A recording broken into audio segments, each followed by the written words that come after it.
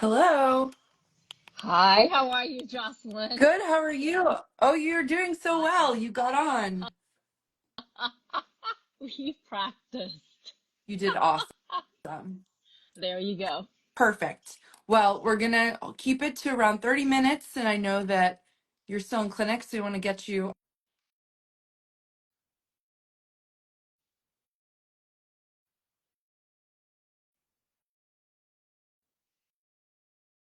Are you muted? I can't hear. You can't hear me. Can you hear me now? Yes, I can. Sorry, I go ahead. Repeat got the a pop question. up about hand gestures, so maybe I should just not talk with my hands. Well, anyway, I'll start over and just say that for anyone watching, first of all, this will be saved on the OGS Instagram homepage, so you could rewatch it. But this is our By the Scrub Sink Instagram live series where we interview the experts. We have Dr. Myers today. I'll let you introduce yourself and tell everyone who you are, but it parallels our By the Scrub Sink series that is in the Urogynecology Journal, where we bring, like I said, experts who kind of tell us what they would tell their trainees before they scrub into a urogynecology surgery. I'm Jocelyn Fitzgerald. I am the social media editor of the Urogynecology Journal. So it's really been exciting for me to do these and get to share everyone's work with Instagram. So, Dr. Meyer, why don't you introduce yourself? Sure, thanks, Jocelyn. I'm Mrs. Meyer, and I am a associate editor for the Journal of Urogynecology, and also I am at the University of Nebraska, I almost said Alabama, University of Nebraska. I am now. I moved to Nebraska. I've been here for about now 9 months. I'm happy to be here tonight. Awesome. Well, I was realizing as I was preparing for this that you've written two By the Scrub Sink pieces that are related to each other. You wrote one a year ago that was on uterine preservation at the time of prolapse surgery, and the one that's come out in this month's edition, in May of 2025's edition, is when to consider hysterectomy at the time of colpoclasis, which is really a Lefort hysteropexy, or a Lefort colpoclasis is a hysteropexy. Right. So maybe you can just define for us sort of what a hysteropexy is, and then who would maybe be a candidate for that type of surgery. Right. So as an assistant editor, I just wanted to talk about the at the script sync piece because we are very passionate about it. Yeah, When we were trying to come up with the contents for the journal, how we can improve the contents, how we can improve and increase the readership. What a great way to share our knowledge as a educator and academic physician and journal editors to just share our knowledge, right? At the Scrub Sync, it's the best way to, it's a great way, it's a great environment, teaching environment. So we wanted to, that's the few minutes that we have. We have residents, students, and fellows around the Scrub Sync, and we go through the cases, we go through the techniques, we go through kind of things to think about with each case. And so we wanted to expand that to our readership. Initially, we were targeting the trainees to share our hints, we share our techniques, share our teaching points, because not everybody gets the same type of training. But as I absolutely. find out as we go through, as I'm writing at the Scrub Sync piece, but also reading other Scrub Sync piece, it's a great learning. I've learned a lot, and so I just wanted to advertise that the Scrub Sync. It comes out every month, and we share our knowledge with our readership, and it's a great way to uh, connect with people, increase discussions among the journal readers. So with that, when I talk about hysteropexy, I think of as a provider, we want to advocate for our women, and women should have options. And this is a great way to talk about options for women, right? Traditionally, when we talked about uterovaginal prolapse repairs, it was automatic Yeah. hysterectomy. And it wasn't really evidence-based, so backed up by science. It's just that it was automatic. What that was what we used to do, Yep. and so it's interesting that when we talk about hysterectomy or hysteropexy, first of all of most of our data for prolapse repair, it comes from vaginal vault prolapse repair. For instance, even our optimal trial, it was published in about 10, 15 years ago Hmm. now. Their population, 73% of their study population, they had a uterus in situ. But then they automatically had hysterectomy because it was a volt suspension trial, Right. right? And my question is, why are we taking the uterus? I'm not a hysterectomy hater, right? I'm not advocating for Yeah. not doing hysterectomy, but at the same time, if women want to keep the uterus, and then you know this, Jocelyn, Yeah. there have been a lot of, not a lot, but few studies, survey-based studies. It's interesting that about 60% of the women, like 3 out of 5, they say that they want to keep their uterus if they're presented with the similar outcomes, hysterectomy with a repair or uterus preservation. And 1 in 3 would decline hysterectomy unless we present with substantial benefit over hysterectomy. So the women feel that if some people are attached to whatever their personal beliefs are. They feel really um, attached to uterus. Some people, they want to know more option, and as a provider, we want to advocate for women, and they want to provide the choices. So that's where my passion is, and that's why I'm very interested in hysterectomy, to see, hey, there are options for you. And um, you know, and also more and more people, the hysterectomy number of hysterectomies are declining in this country. It's Yes. interesting. One of the study, yeah, said about 40% decline since like the early 2000 to the early 2020 teens, and then the trend is here to stay. So a lot of women that we will take care of will have uterus in situ. So that's why I am very partial to sort of advocating for hysteropexy, to see, hey, there are options. My Um, so that's patients that. are often shocked when I tell them that Yeah, I can fix their prolapse without taking out their uterus. A lot right. of people are under the impression that doing a hysterectomy by itself treats prolapse. And so Right, once you explain, it isn't the uterus, it's the right, vagina, it's not the bladder, it's the vagina, then it makes more sense to them. And I tell them exactly what you're saying, which is that there isn't really compelling research to show that removing the uterus is any hmm better than leaving it in. And right, it creates for a shorter operative time, less blood loss, probably right, less chances for injury. I mean, I'm going to have you talk about all of that, but you're at the scrub sink, and let's start there. The resident says, Dr. Meyer, like, why are we leaving this woman's uterus in? Like, why is that okay? How do we know she's a good candidate for this right. surgery? So obviously, if you have, so let's talk about who's not a good candidate, right? Okay. Because who's not a good candidate is somebody who has, sorry, my text is kind of, who is not a good candidate is if you have uterine pathology like big fibroid, uterine pathology, postmenopausal bleeding, or any abnormal bleeding that has not been evaluated. Just because you have a bleeding doesn't mean that you are automatically out, but we want to make sure that you don't have indications for hysterectomy.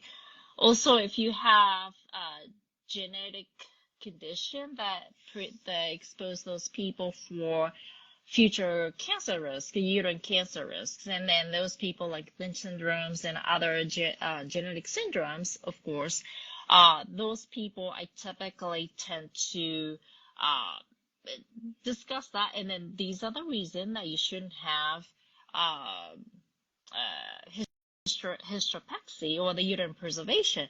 But otherwise, it's up for discussion. right? Mhm. But childbearing, it used to be that, if you traditionally, if you were still in the reproductive age, you're not finished, or you weren't done with childbearing, and then it used to be that the options are you can wear pessary, you can do pelvic floor therapy. Those are very good options, but if they don't want those options, and we used to say, sorry, there's nothing we can do unless we take the uterus out and repair it, right? Yeah.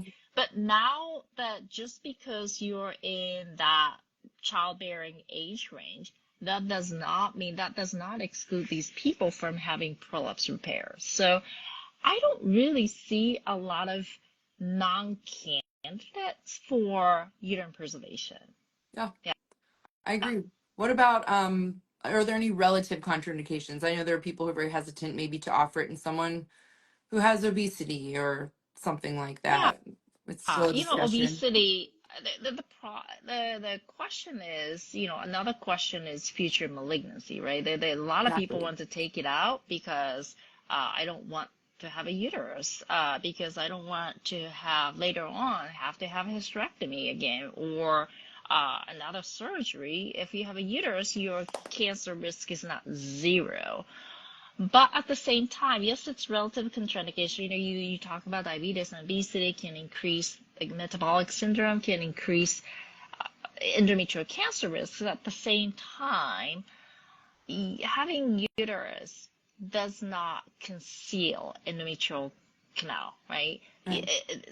So there will be no delay in cancer diagnosis. It will be just like any other general population with uterus. And having hysteropexy or uterine preservation does not increase the risk of endometrial cancer. So those relative contraindications, I tell them, but at the same time, if they want to keep their uterus, it is not increasing the risk of cancer. Okay. It is not, it's not, there's not going to be delay in diagnosis. And when you look at, again, I'm not putting a dollar amount to somebody's life, but there is also a cost-effective analysis that was done comparing Mhm. hysteropexy and hysterectomy and repairs. And what they found out is that it is not cost effectively solely to reduce the cancer risk, Mhm. to just offer hysterectomy. And, so those are the things that I talk about. Sometimes the more information is not better, but when we talk about surgery, they should have, they should make informed decision. And our goal is to discuss the pros and cons so that women can have informed decision. I So completely that's agree. I do want to come back to cancer evaluation when we discuss colpochloesis and uterine preservation. right. But since we're still at the scrub sink and we're doing a hysteropexy, I'm curious about your preferred route of hysteropexy. How do you choose what type of hysteropexy to do? Or maybe you could tell us like about some of the Right. approaches. Right. So hysteropexy, currently, oh, obviously we don't have transvaginal mesh anymore since 2019. So it used to be that hysteropexy, uh, the it, level one data for hysteropexy versus hysterectomy was using the transvaginal mesh, right? So it's out. My preferred approach is the native tissue Okay. hysteropexy. Typically, I do a sacrospinous hysteropexy compared to uterosacral hysteropexy, but either way, I feel that native tissue, when there's a chance to do native tissue repair, that's what I prefer.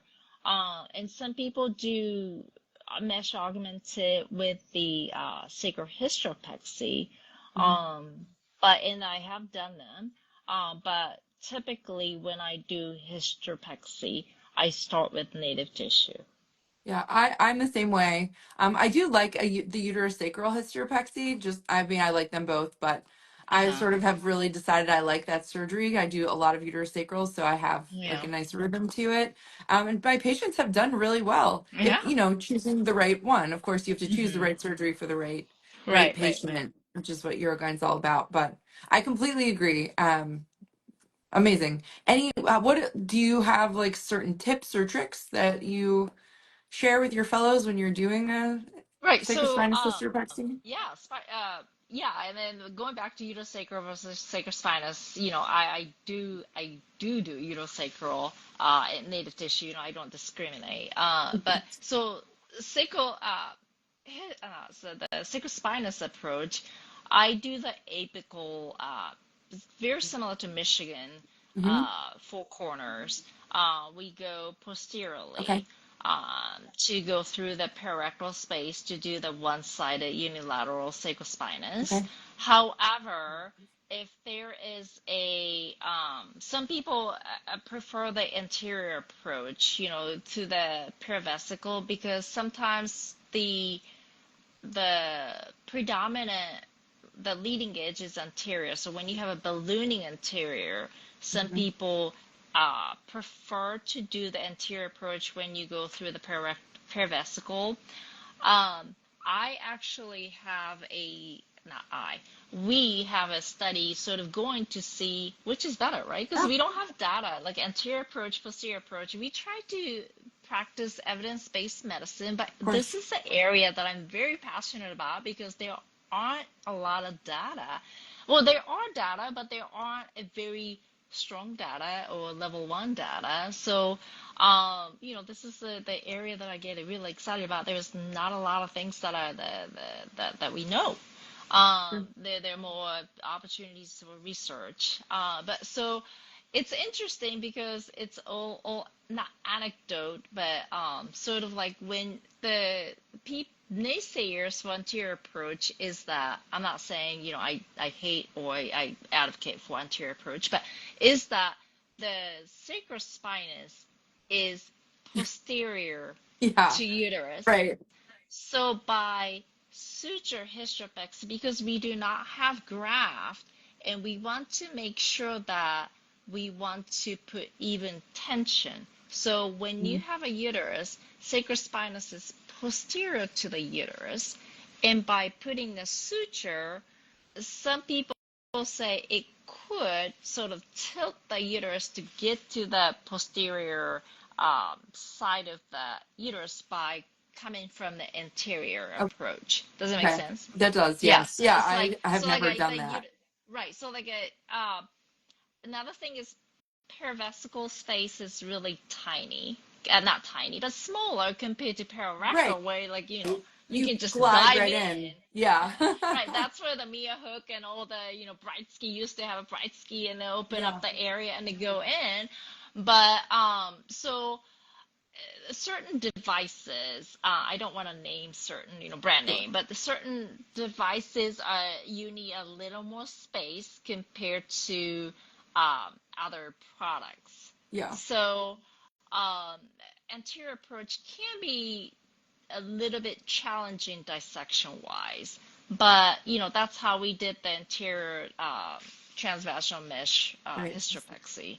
So the difference between suture hysteropexy and the mesh hysteropexy that we used to do is that it's a both bilateral and the arm Yeah. can extend both ways, and so the distance between the cervix and the sacrospinous ligament wasn't that big of a Right. deal. But now that when you're just putting suture hysteropexy, you are more concerned about the distance between the suture and the cervix, Right. the ligaments and cervix. So that's the reason that a lot of people advocate for posterior, like an apical approach, like a traditional Right. Michigan four corner approach, like going posterior and the perirectal and then go. Sure.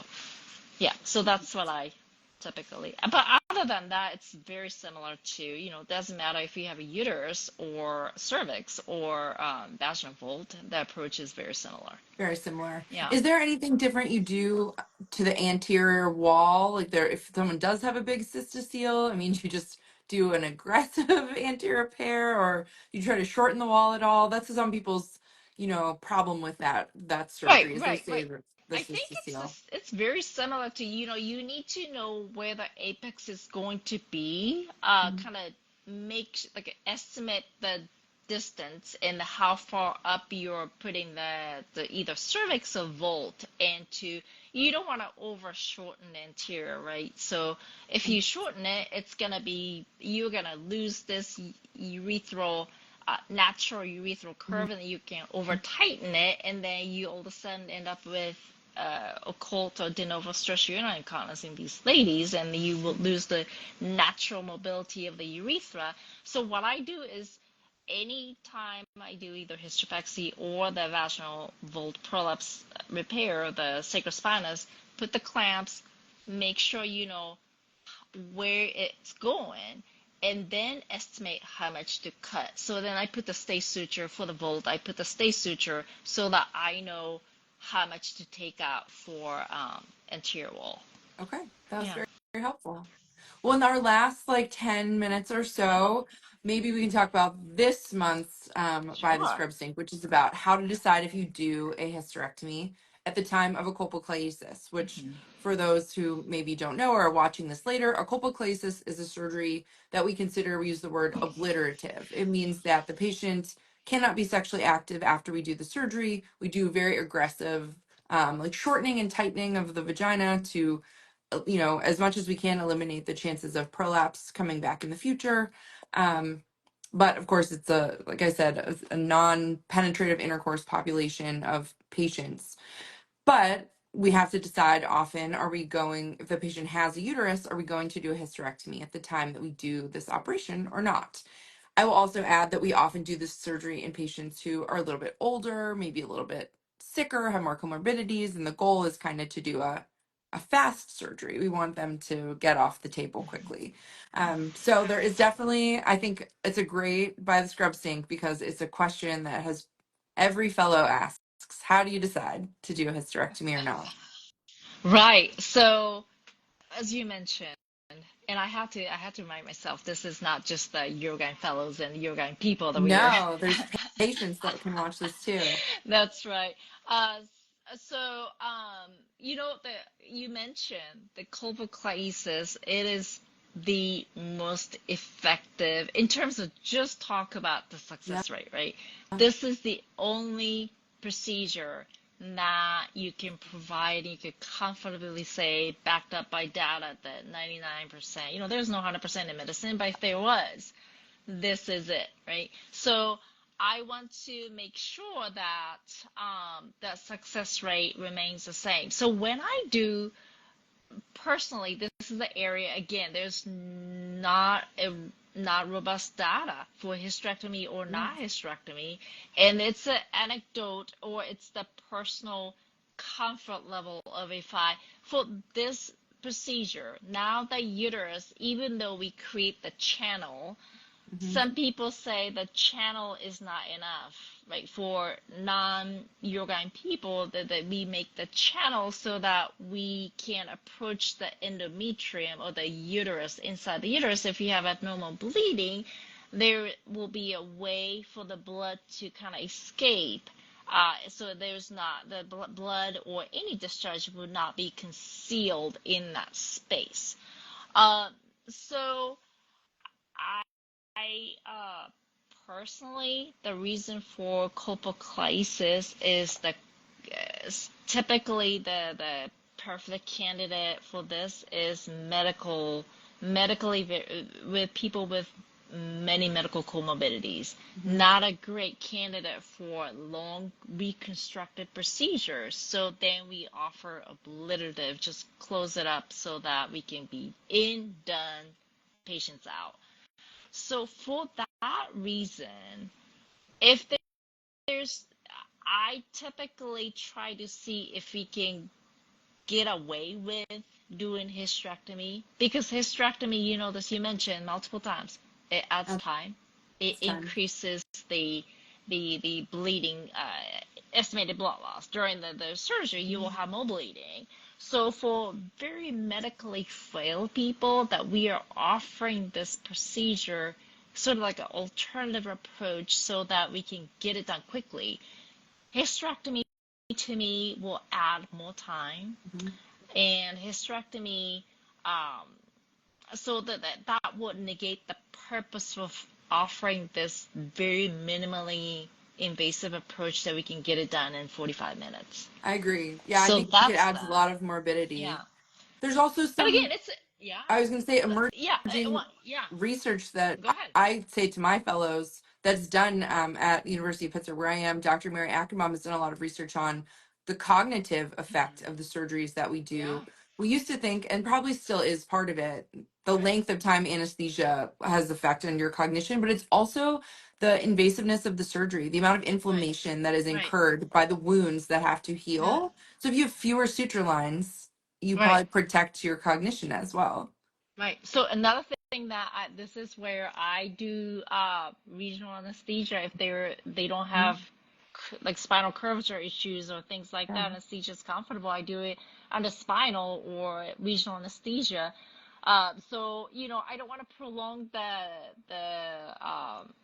the surgical time, and so most of the time I do colpocysis or obliterative procedure with that hysterectomy. That being said, it's interesting about like 10 to 20% of providers Hmm. in the urogynecology in the United States, it's automatic hysterectomy plus there's Yeah. no, it's not crazy, That's it's not crazy, but yeah. it's just it's much higher than I expected. That's a high Like the number. automatic. Yeah, it's not like you don't like assess endometrium, you don't, it's just the automatic. Okay, let's do colpocysis, let's do hyst and obliterative procedure. So that was just like interesting. Again, this I'm not poo-pooing that the option. It's just wow, that's interesting. It is So interesting. yeah, so and then a lot of people do automatic endometrial. They wouldn't do colpocysis unless they do endometrial evaluation, Sure. like an ultrasound or the endometrial Or biopsy, biopsy. just to make sure, even though you have the Right. canal, that's how they feel comfortable offering this ablative procedure. Again, there's another cost analysis Yes. study for that, and you know this that there's no difference. You do it or Right. not, it's not cost effective to do universal. The key Right. is universal, right? You It's don't universal. automatically, right? If you are worried about endometrial pathology, you need to Of evaluate course. these patients. But universal endometrial evaluation or uterine evaluation for any pathology, it's not warranted Yes. as I of hope fellows watch this. 2025. This is a common boards scenario Right? that Right? people get asked about. And I always quote, like I quote two things, mostly that the research we have on unexpected pathology in the urogynecology population is extraordinarily low. Hmm. Like I think like 1% or less for Less, much less. Yeah. malignancy that you Hmm. didn't Yeah. expect. And 0.5. Yeah. It's a exactly, longitudinal it's 0.5. Yeah. impossibly low Uh-huh. and that it's not cost effective. And in a Yeah. woman that's never had postmenopausal bleeding and doesn't have some stunning risk factor, I'm not worried about it. I'm not going to order. All that does is I think you wrote in your by the scrubsing, put them at risk for procedures they don't need. Right. They might have a stenotic cervix, like you can't Uh-huh. do a biopsy and it just Right. prolongs, a Right. lot of risk. Another thing though is that like recently I am making sure that I have enough channel width, because you make the channel, make sure it's purposeful, it serves its purpose. So I make Yes. about 3 centimeter, make sure it's wide enough so you make a channel, it's Hmm. drainable. And also in future, if you need to do hysteroscopy, you can get to it if you have a big enough channel, and then that does not affect the surgical success rate by just making the channel a Yeah. little bit wider. So I learned a lot by reading when I read that in your by the scrub sink. I mean I leave them like yeah about the size of yeah, a red rubber catheter, but I've yeah, never really considered like putting a hysteroscope up if you needed to.